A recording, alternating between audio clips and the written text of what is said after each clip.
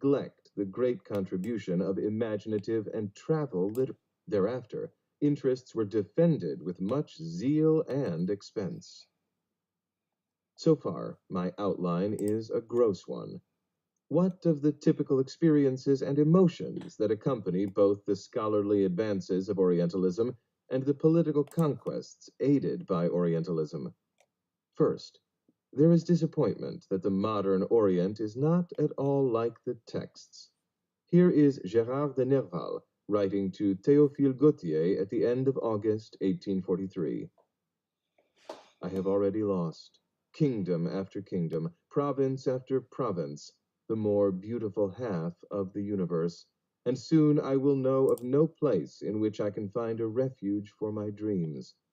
But it is Egypt that I most regret having driven out of my imagination, now that I have sadly placed it in my memory. This is by the author of a great Voyage en Orient. Nerval's lament is a common topic of Romanticism, the betrayed dream, as described by Albert Béguin in L'âme romantique et le rêve, and of travelers in the biblical Orient, from Chateaubriand to Mark Twain. Any direct experience of the mundane Orient ironically comments on such valorizations of it as were to be found in Goethe's Mahometzgesang or Hugo's Adieu de l'hôtesse arabe. Memory of the modern Orient disputes imagination, sends one back to the imagination as a place preferable for the European sensibility to the real Orient. For a person who has never seen the Orient, Nerval once said to Gautier, a lotus is still a lotus. For me, it is only a kind of onion. To write about the modern Orient is either to reveal an upsetting demystification of images culled from texts, or to confine oneself to the Orient of which Hugo spoke in his original preface to Les Orientales, the Orient as image or pensée, symbols of une sorte de préoccupation générale. If personal disenchantment and general preoccupation fairly map the Orientalist sensibility at first, they entail certain other more familiar habits of thought, feeling, and perception. The mind learns to separate a general apprehension of the Orient from a specific experience of it. Each goes its separate way, so to speak. In Scott's novel, The Talisman, 1825, Sir Kenneth, of the Crouching Leopard, battles a single Saracen to a standoff somewhere in the Palestinian desert. As the Crusader and his opponent, who is Saladin in disguise, later engage in conversation, the Christian discovers his Muslim antagonist to be not so bad a fellow after all. Yet, he remarks, I well thought that your blinded race had their descent from the foul fiend, without whose aid you would never have been able to maintain this blessed land of Palestine against so many valiant soldiers of God. I speak not thus of thee in particular, Saracen, but generally of thy people and religion. Strange is it to me, however, not that you should have the descent from the evil one, but that you should boast of it. For indeed the Saracen does boast of tracing his race's line back to Iblis, the Muslim Lucifer. But what is truly curious is not the feeble historicism by which Scott makes the scene medieval, letting Christian attack Muslim theologically in a way 19th century Europeans would not. They would, though. Rather, it is the airy condescension of damning a whole people generally, while mitigating the offense with a cool, I don't mean you in particular. Scott, however, was no expert on Islam, although H.A.R. Gibb, who was, praised The Talisman for its insight into Islam and Saladin, and he was taking enormous liberties with Iblis's role by turning him into a hero for the faithful. Scott's knowledge probably came from Byron and Beckford, but it is enough for us here to note how strongly the general character ascribed to things Oriental could withstand both the rhetorical and the existential force of obvious exceptions.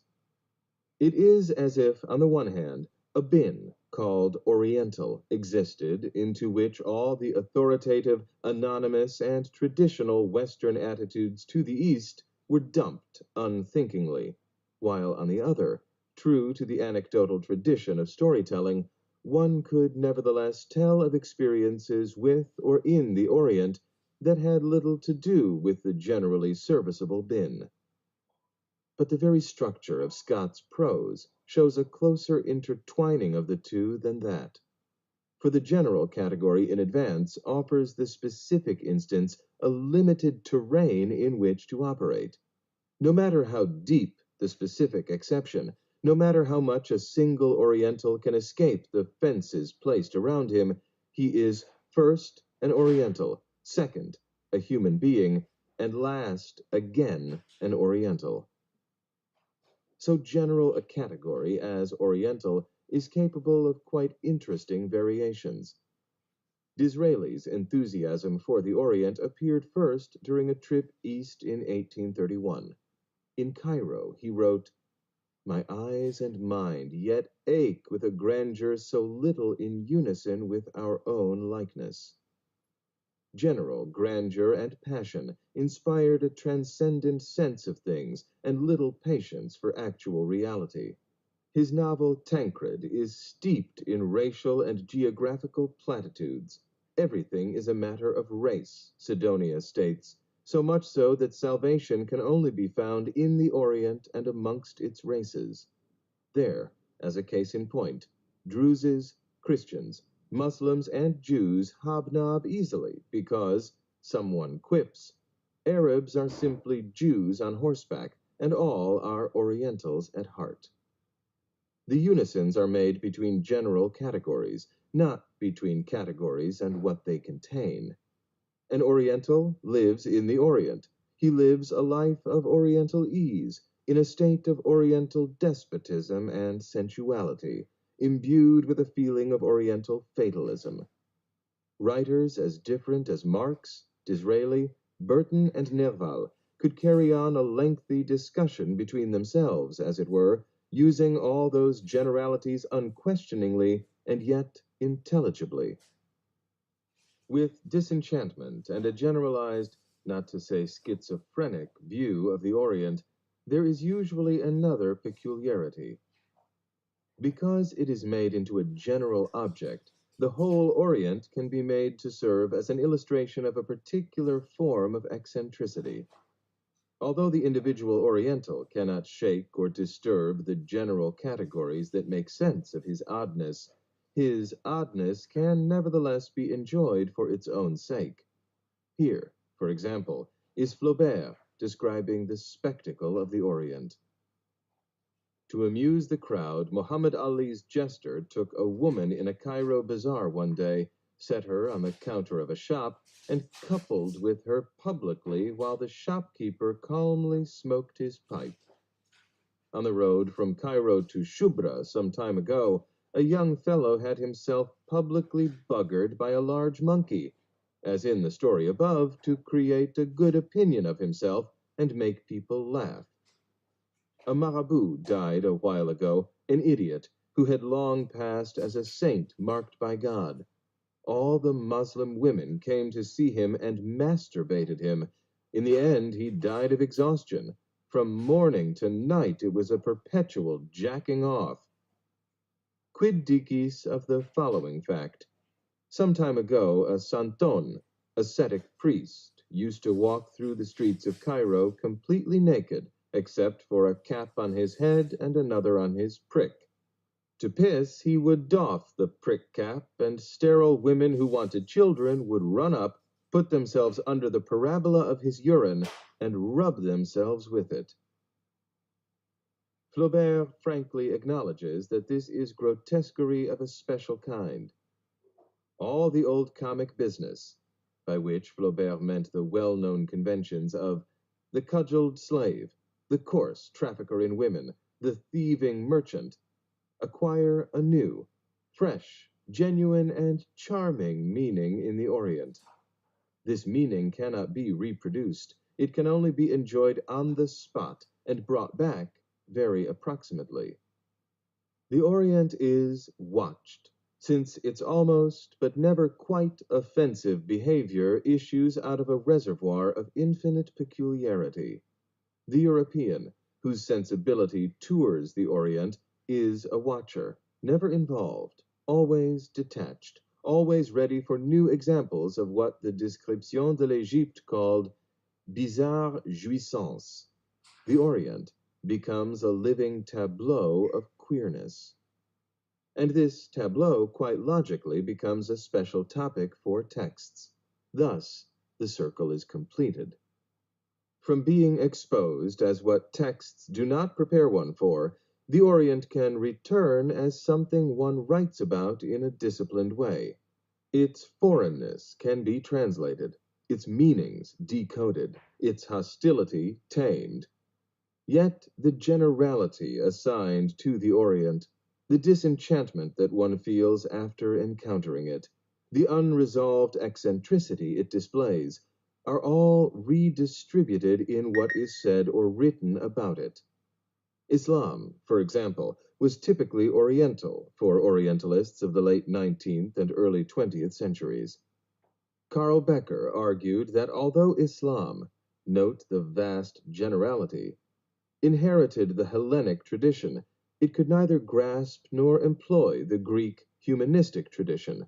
Moreover, to understand Islam, one needed above all else to see it not as an original religion, but as a sort of failed Oriental attempt to employ Greek philosophy without the creative inspiration that we find in Renaissance Europe.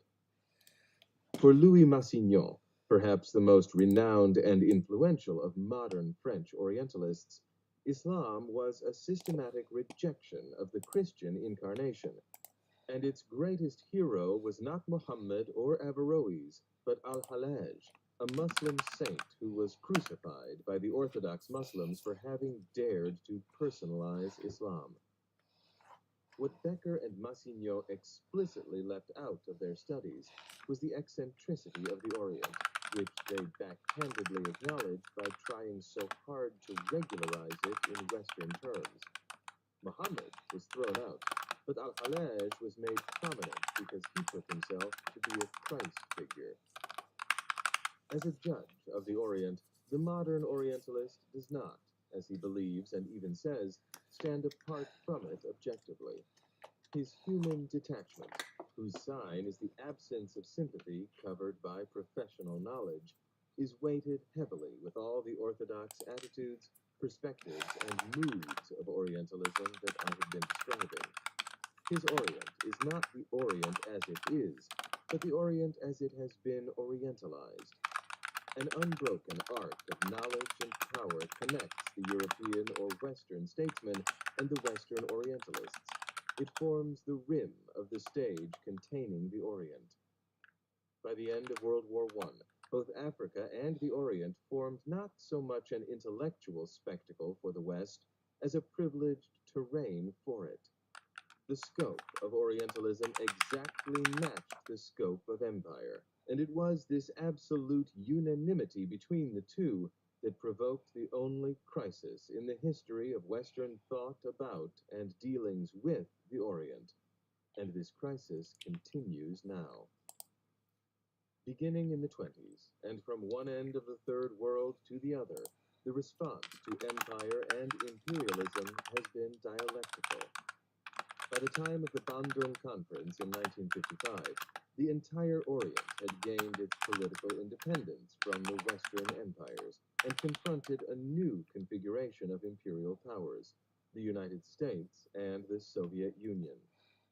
Unable to recognize its Orient in the new Third World, Orientalism now faced a challenging and politically armed Orient.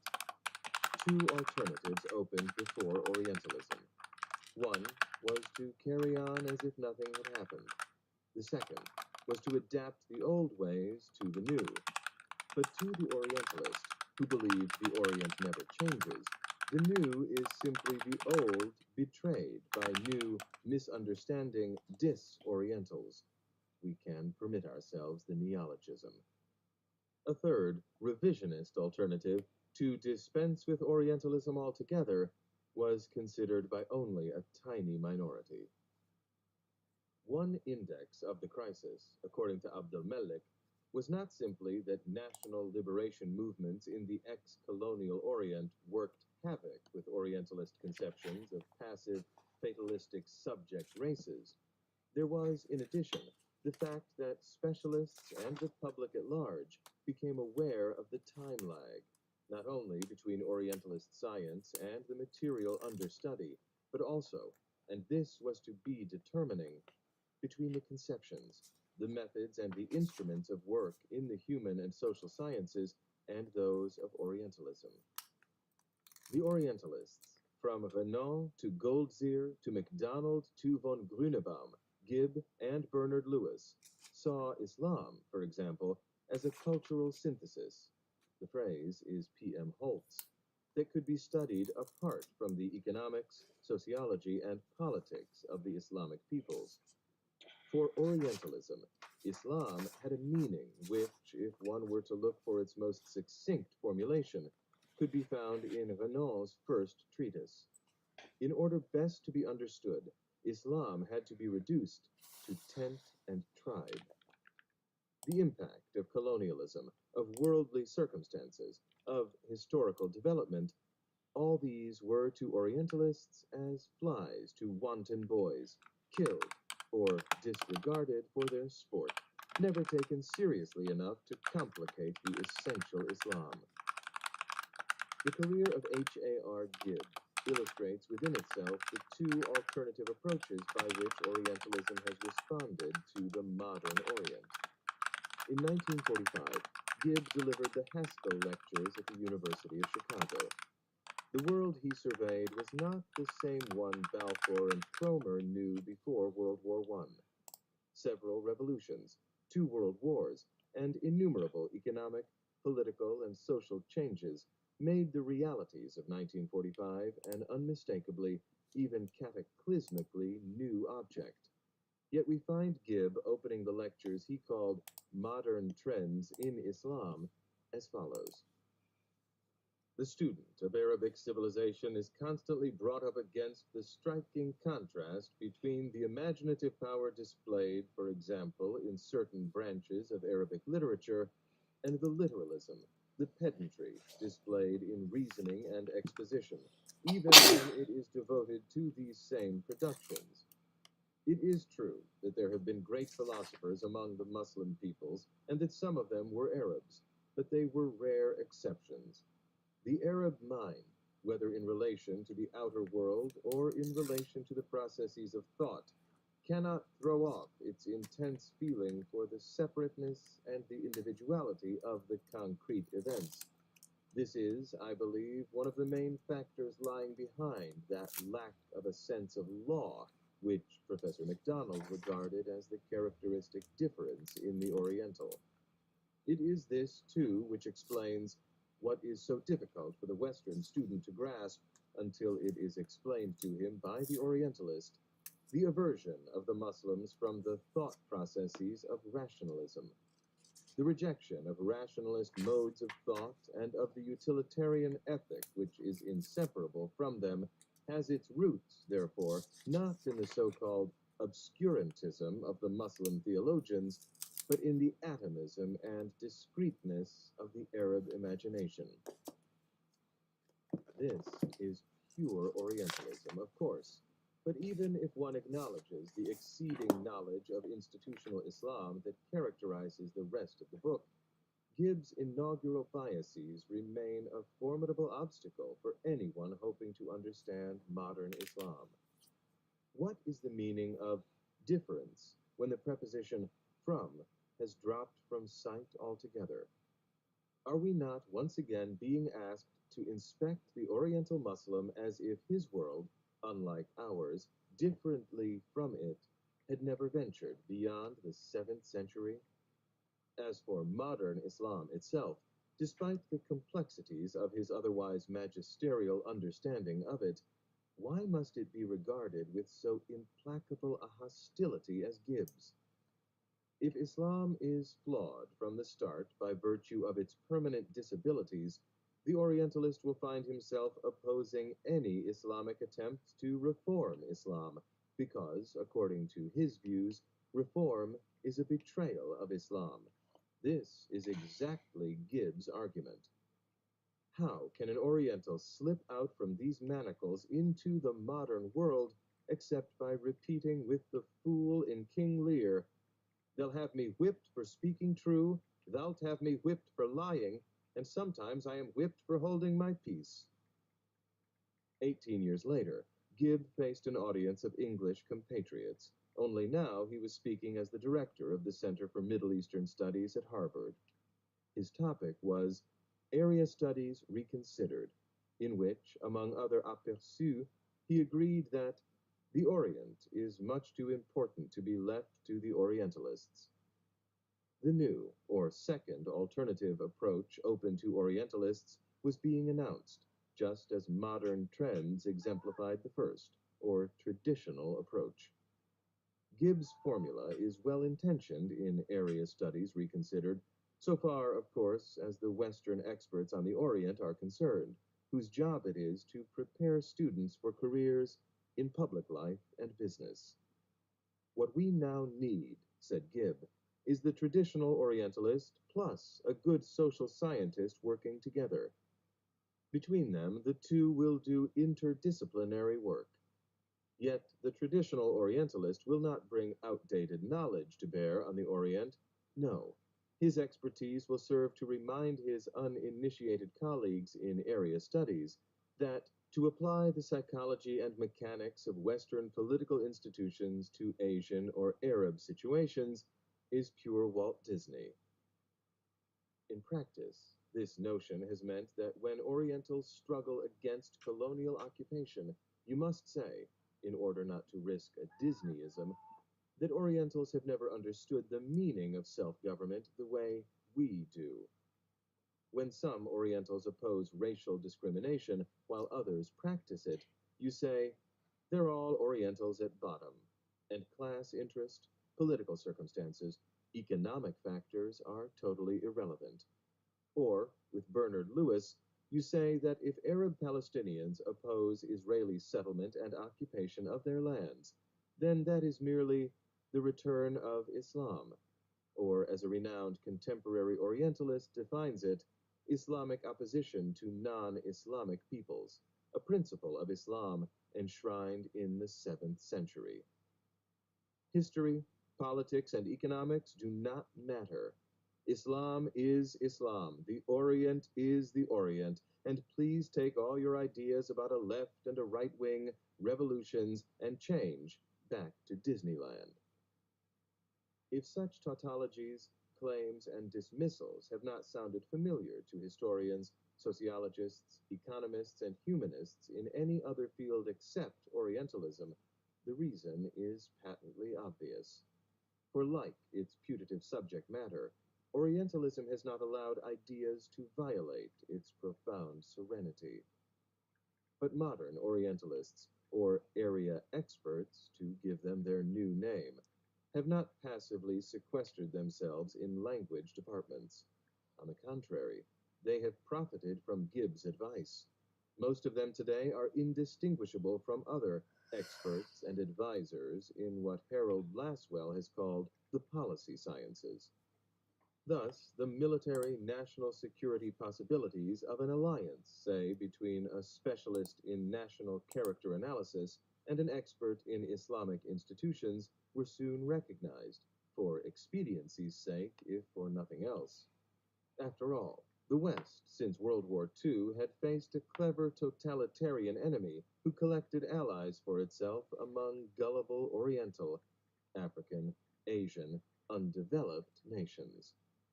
What better way of outflanking that enemy than by playing to the Oriental's illogical mind in ways only an Orientalist could devise? Thus emerged such masterful ploys as the stick and carrot technique, the Alliance for Progress, SEATO, the Southeast Asia Treaty Organization, and so forth, all of them based on traditional knowledge retooled for better manipulation of its supposed object. Thus, as revolutionary turmoil grips the Islamic Orient, sociologists remind us that Arabs are addicted to oral functions, while economists, recycled Orientalists, observe that for modern Islam, neither capitalism nor socialism is an adequate rubric. As anti-colonialism sweeps and indeed unifies the entire Oriental world, the Orientalist damns the whole business not only as a nuisance, but as an insult to the Western democracies. As momentous, generally important issues face the world, issues involving nuclear destruction, catastrophically scarce resources, unprecedented human demands for equality, justice, and economic parity, popular caricatures of the Orient are exploited by politicians whose source of ideological supply is not only the half-literate technocrat, but the super-literate Orientalist. The legendary Arabists in the State Department warn of Arab plans to take over the world. The perfidious Chinese, half-naked Indians, and passive Muslims are described as vultures for our largesse, and are damned when we lose them to communism or to their unregenerate Oriental instincts. The difference is scarcely significant. These contemporary Orientalist attitudes flood the press and the popular mind. Arabs, for example, are thought of as camel-riding, terroristic, hook-nosed venal lechers whose undeserved wealth is an affront to real civilization. Always there lurks the assumption that although the Western consumer belongs to a numerical minority, he is entitled either to own or to expend, or both, the majority of the world resources. Why? Because he, unlike the Oriental, is a true human being. No better instance exists today of what Anwar Abdelmelek calls the hegemonism of possessing minorities and anthropocentrism allied with Europocentrism. A white, middle-class Westerner believes it his human prerogative not only to manage the non-white world, but also to own it, just because, by definition, it is not quite as human as we are. There is no purer example than this of dehumanized thought. In a sense, the limitations of Orientalism are, as I said earlier, the limitations that follow upon disregarding, essentializing, denuding the humanity of another culture, people, or geographical region. But Orientalism has taken a further step than that. It views the Orient as something whose existence is not only displayed, but has remained fixed in time and place for the West. So impressive have the descriptive and textual successes of Orientalism been that entire periods of the Orient's cultural, political, and social history are considered mere responses to the West. The West is the actor, the Orient a passive reactor. The West is the spectator, the judge and jury of every facet of Oriental behavior. Yet, if history during the 20th century has provoked intrinsic change in and for the Orient, the Orientalist is stunned. He cannot realize that, to some extent, the new Oriental leaders, intellectuals, or policymakers have learned many lessons from the travail of their predecessors. They have also been aided by the structural and institutional transformations accomplished in the intervening period, and by the fact that they are, to a great extent, more at liberty to fashion the future of their countries. They are also much more confident and perhaps slightly aggressive. No longer do they have to function hoping to obtain a favorable verdict from the invisible jury of the West. Their dialogue is not with the West, it is with their fellow citizens.